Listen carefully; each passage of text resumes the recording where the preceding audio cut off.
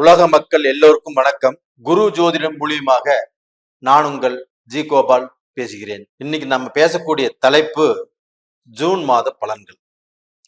இந்த ஜூன் மாத பலன்களாகப்பட்டது ரிஷப ராசிக்காரர்களுக்கு எப்படி இருக்கும்? அப்ப அந்த ரிஷப ராசிக்காரர்களுக்கு இந்த மாத கிரக அடைவுகளை பத்தி ஃபர்ஸ்ட் பார்க்கலாம்.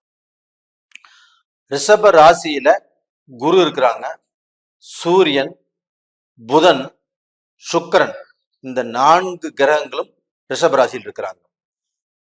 ஜூன் மாசம் 12ஆம் தேதி சுக்கிர பகவான் ஆப்பட்டது பெயர்ச்சியாகி மிதுனத்துக்கு போறாங்க. ஜூன் மாசம் 14ஆம் தேதி புதன் பகவான் பெயர்ச்சியாகி மிதுனத்துக்கு போறாங்க. ஜூன் மாதம் 15ஆம் தேதி சூரிய பகவான் பெயர்ச்சியாகி மிதுனத்துக்கு போறாங்க.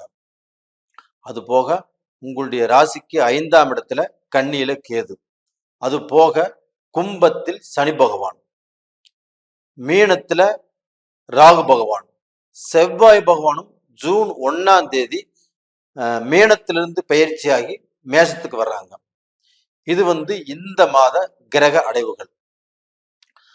அப்ப இந்த மாத கிரக அடைவுகள் எங்களுக்கு என்ன சார் பலன், எங்களுக்கு ஏதாவது நல்லது நடக்குமா அப்படிங்கிற எதிர்பார்ப்போடு தான் இந்த வீடியோவை பார்க்குறீங்க. ரிஷபராசி, ரிஷபராசிக்காரர்களுக்கு இருக்கக்கூடிய ஆண் பெண் எல்லாத்துக்குமே நான் சொல்லக்கூடிய நல்ல செய்தி என்னன்னா, உங்களுக்கு இதற்கு முன்னால் இருந்த அந்த தாழ்வு மனப்பான்மையை விட்டுருங்க. என்னால முடியாது, என்னால செய்ய முடியல, என்னால வளர முடியாது, நான் டோட்டலா பாதிக்கப்பட்டுட்டேன், நிறைய இழந்துட்டேன் அப்படின்னு உங்க மேல இருக்கக்கூடிய நம்பிக்கையே நீங்க இழந்து வாழ்ந்துட்டு இருக்கிறீங்க. இந்த பீரியட்ல அந்த நம்பிக்கை உங்க மேல உங்களுக்கு வரும். அதற்கு காரணம் என்னன்னா, சூரியனும் புதனும் உங்களுடைய ராசியில இணைஞ்சிருக்கிறாங்க புதாதித்ய யோகத்தோடு. அப்ப அந்த சூரியனும் புதனும் இணைந்தால் உங்களுக்கு தைரியம் வரும், தன்னம்பிக்கை வரும், என்னால சாதிக்க முடியும் அப்படிங்கிற எண்ணங்கள் உருவாகும். புதுசாக ஏதோ ஐடியாக்கள் வந்தாலும், அதாவது தொழில் கண்டிப்பாக நீங்க ஆரம்பிப்பீங்க. அது போக செஞ்சுட்டு இருக்கக்கூடிய தொழிலையும் நல்ல பலன் கிடைக்கும். செஞ்சுட்டு இருக்கிற வேலையிலையும் உங்களுக்கு ஒரு வேகம், ஒரு சுறுசுறுப்புங்கிறது இந்த பீரியட்ல ஆரம்பிக்கும். இதற்கு காரணமாகப்பட்டது உங்களுடைய ராசிநாதன் சுக்கிர பகவான் உங்களுடைய ராசியிலேயே ஆட்சியாக இருக்கிறாங்க. அப்ப அந்த சுக்கிர பகவான்னா எல்லா ராசிக்காரர்களுக்கும் சுக்கிர பகவானுடைய அனுகிரகம் கண்டிப்பாக தேவை. அந்த சுக்கிர பகவான் என்பது கலஸ்தர காரகன். அது மட்டும் இல்ல, சுகபோக வாழ்க்கைக்கு அந்த சுக்கிர பகவானுடைய அனுகிரகம் கண்டிப்பாக தேவை. அப்ப அந்த சுக்கிர பகவான் ஆப்பட்டது உங்களுடைய ராசியிலேயே ஆட்சியாக இருக்கிறதுனால கண்டிப்பாக உங்களுக்கு அந்த கலஸ்திரம்ங்கிறது திருப்தியாக அமையும்.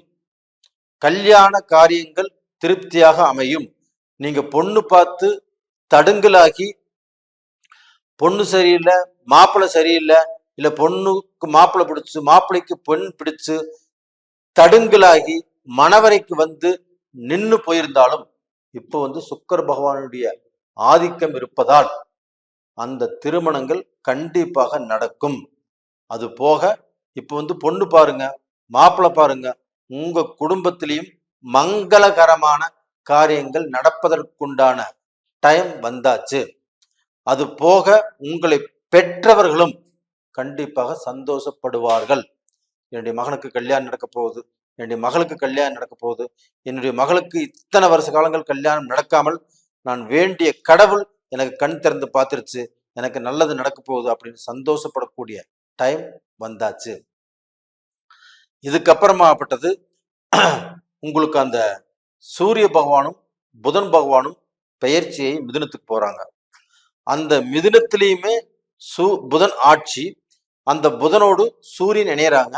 அங்கேயுமே புதன் ஆட்சி பெற்ற புதனோடு சூரியன் இணைவதால் உங்களுக்கு அந்த புதாதித்ய யோகத்துடைய யோகம் கண்டிப்பாக கண்டினியூவா கிடைக்கும். அப்ப அந்த புதாதித்ய யோகத்தினால கண்டிப்பாக உங்களுக்கு உங்களுடைய வாழ்க்கையில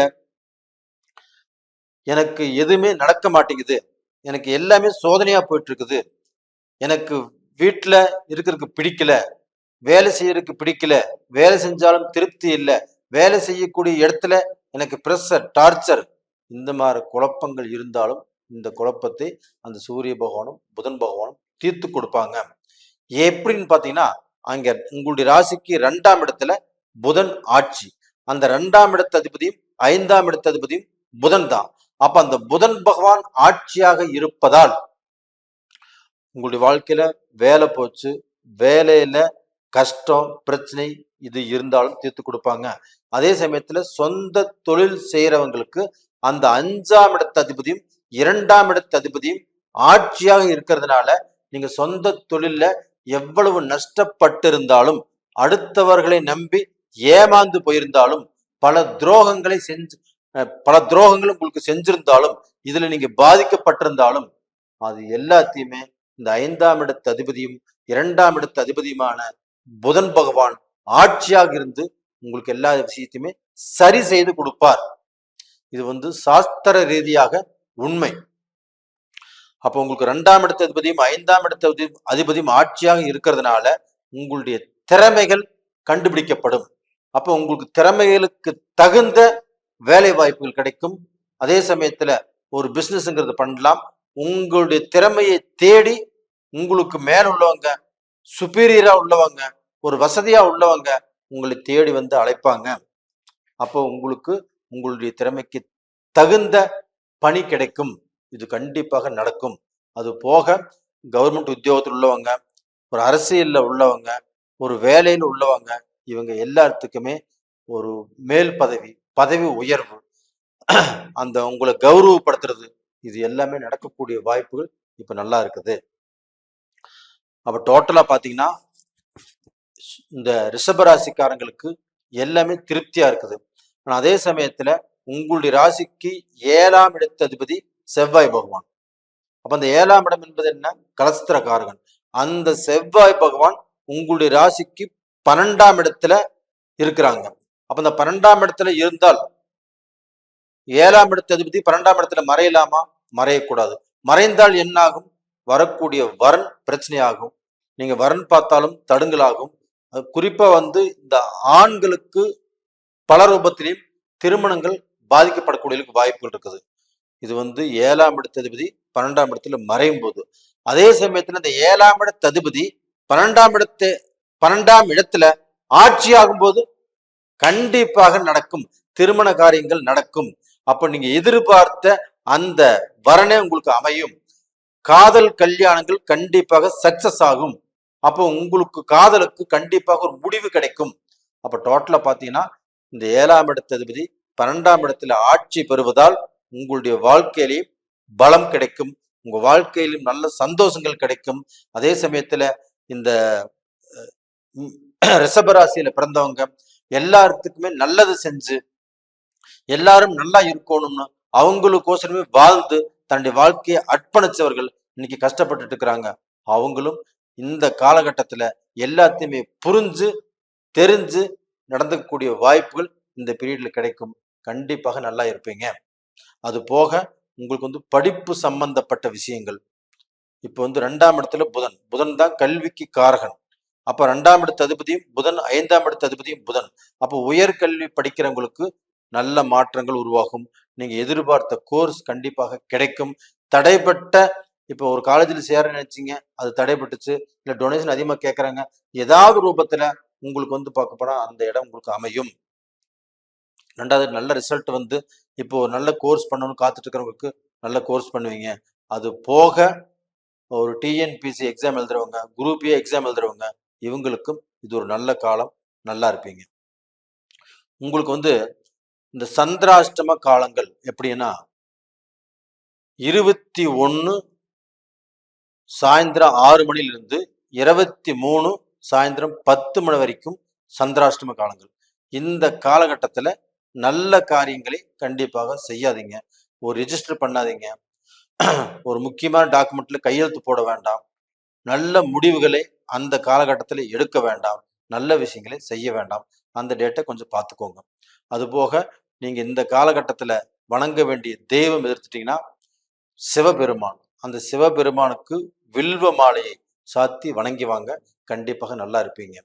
அப்போ டோட்டலா பார்த்தீங்கன்னா, இந்த பீரியட்ல நீங்க செய்யக்கூடாத காரியங்கள் என்னன்னா, முடிஞ்ச வரைக்கும் அடுத்தவங்களுக்கு ஜாமீன் போடுறது, அடுத்தவங்களை நம்பி ஒரு காரியம் செய்வது, அடுத்தவங்க ஒரு விஷயத்துல பொறுப்பேற்க நீங்க கூப்பிடுறது, இது எல்லாமே வேண்டாம். அப்ப டோட்டலா பாத்தீங்கன்னா, எதுவாக இருந்தாலும் நீங்களே யோசனை பண்ணுங்க, நீங்களே முடிவெடுங்க, நீங்களே செய்யுங்க. உங்களுடைய நேரம் நல்லா இருக்குது. நேயர்களே, இது பார்க்க போனா ஒரு பொது பலன். அது போக உங்களுடைய ஜென்ம ஜாதகத்தில் நடக்கக்கூடிய தசா புத்திகள் தான் உங்களை வழி நடத்தும். அப்ப அந்த தசா புத்திகள் உங்களுக்கு சாதகமா பாதகமானு தெரிஞ்சுக்கோங்க. அப்படி தெரிஞ்சுக்கிற மாதிரி இருந்தா கீழே 2 நம்பர் இருக்குது, கான்டாக்ட் பண்ணுங்க, வாட்ஸ்அப் பண்ணுங்க. உங்களிடமிருந்து விடைபெறுவது உங்களின் ஜி கோபால். நன்றி, வணக்கம்.